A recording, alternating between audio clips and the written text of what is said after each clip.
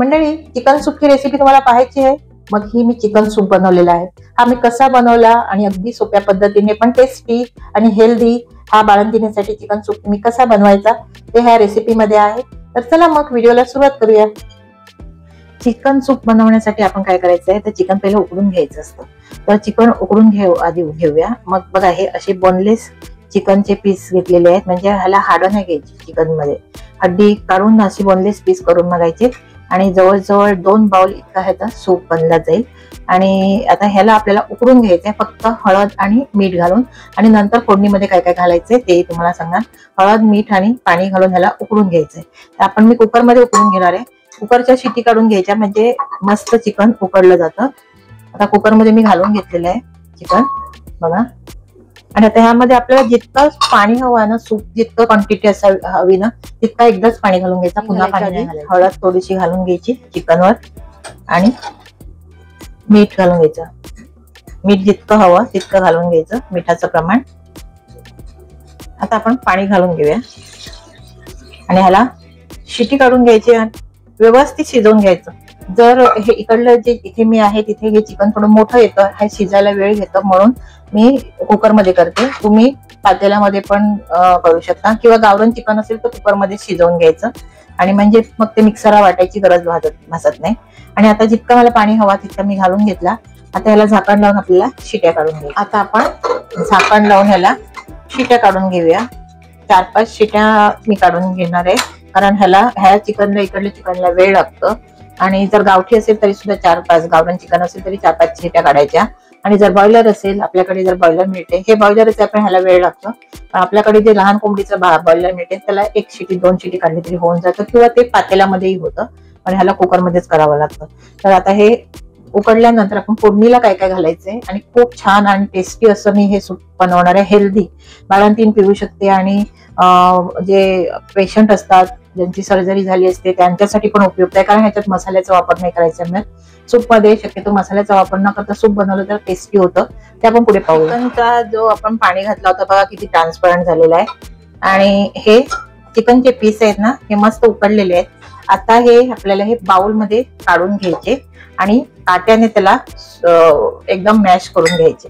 ते तुम्हाला दाखवते कशा पद्धतीने करायचे. ते असं काढून घ्यायचं चिकन बघा, मिक्सरला नाही घालायचं. असं काढून आणि मस्त हॉटेल त्याला असतं ना चिकन सूप मध्ये असे चिकनचे पीस तसं ठेवायचं.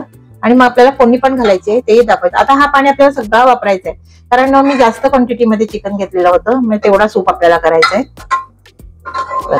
मी यातलं आता अर्धा पाणी घेऊन आणि अर्ध फोडणी देणार, आणि अर्ध 2 वेळा करायचं. म्हणजे एकदा आपण उकडून ठेवायचं आणि आपल्याला बाळंतिणीला द्यायचं तर ते मग 2 वेळा, सकाळी 10च्या टायमिंगला द्यायचं आणि संध्याकाळी 4:30च्या किंवा 5च्या दरम्यान द्यायचं. त्याच्यानंतर नाही सूप द्यायचं, कारण त्याच्यानंतर 6:30ला तिथं जेवणाचं टाइम होतं. अशा टायमिंगलाच द्यायचं असतं. आता हे मी काढून घेतलं आणि हा पाणी आपल्याला फोडणीसाठी वापरायचंय. आता बघा, हे असं फोर्कने असं सुटं करून घ्यायचं आहे बघा. असं फोर्कनेच करायचं.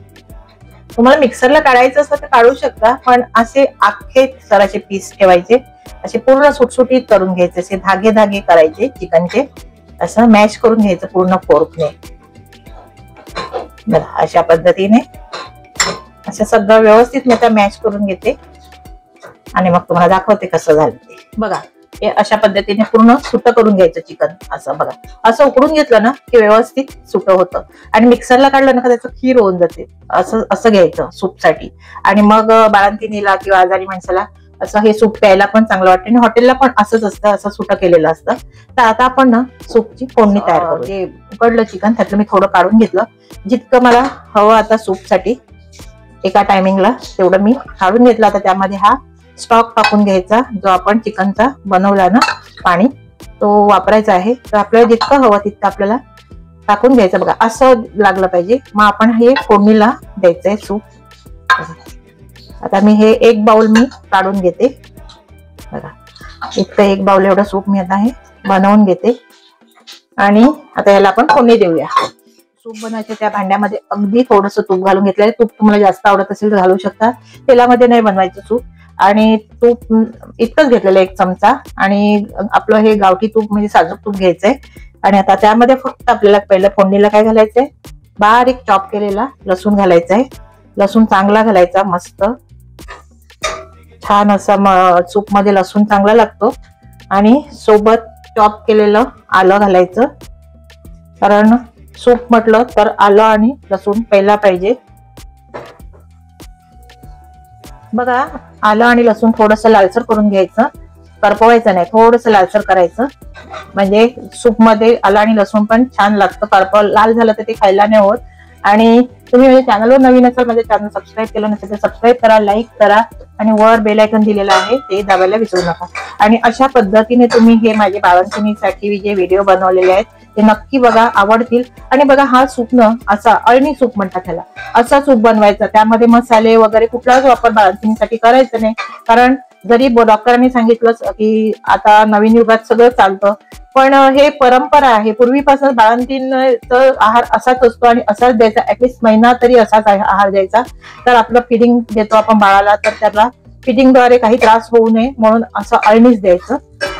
मसाल्याचे पदार्थ नाही द्यायचे, मसाला नाही. आलं आणि लसूण चालतं. काळी मिरपूड, आपल्याला काळी मिरपूड पण घालायची आहे, पण आपल्याला ती वरून घालायची, ते तुम्हाला दाखवते. आणि हळद आणि मीठ ह्यामध्ये घातलेलं आहे. आणि हळद खूप नाही घालायची, अगदी थोडीशी घालायची. बघा, लसूण लाल होत चाललेला आहे थोडासा, आता अजून थोडा लाल झाला का आपण त्यामध्ये हा स्टॉक घालून घेऊया. लसूण लाल झालेला आहे, आता लालसर तांबूस रंग आलेला आहे. आता हा आपल्याला सगळा स्टॉक ह्यामध्ये घालून घ्यायचा आणि मस्त उकळी काढायची. आणि बघा, हे बघा कसे चिकनचे पीस बघा कसे वाटतात, छान धागे धागे वाटतात ना, असं ह्यामध्ये घालून घ्यायचं छान असं. आणि आता ह्यावर आपल्याला घालून घ्यायची काळी मिरपूड. आता ह्यामध्ये एक अर्धा चमचा एवढी काळी मिरपूड घालून घ्यायची.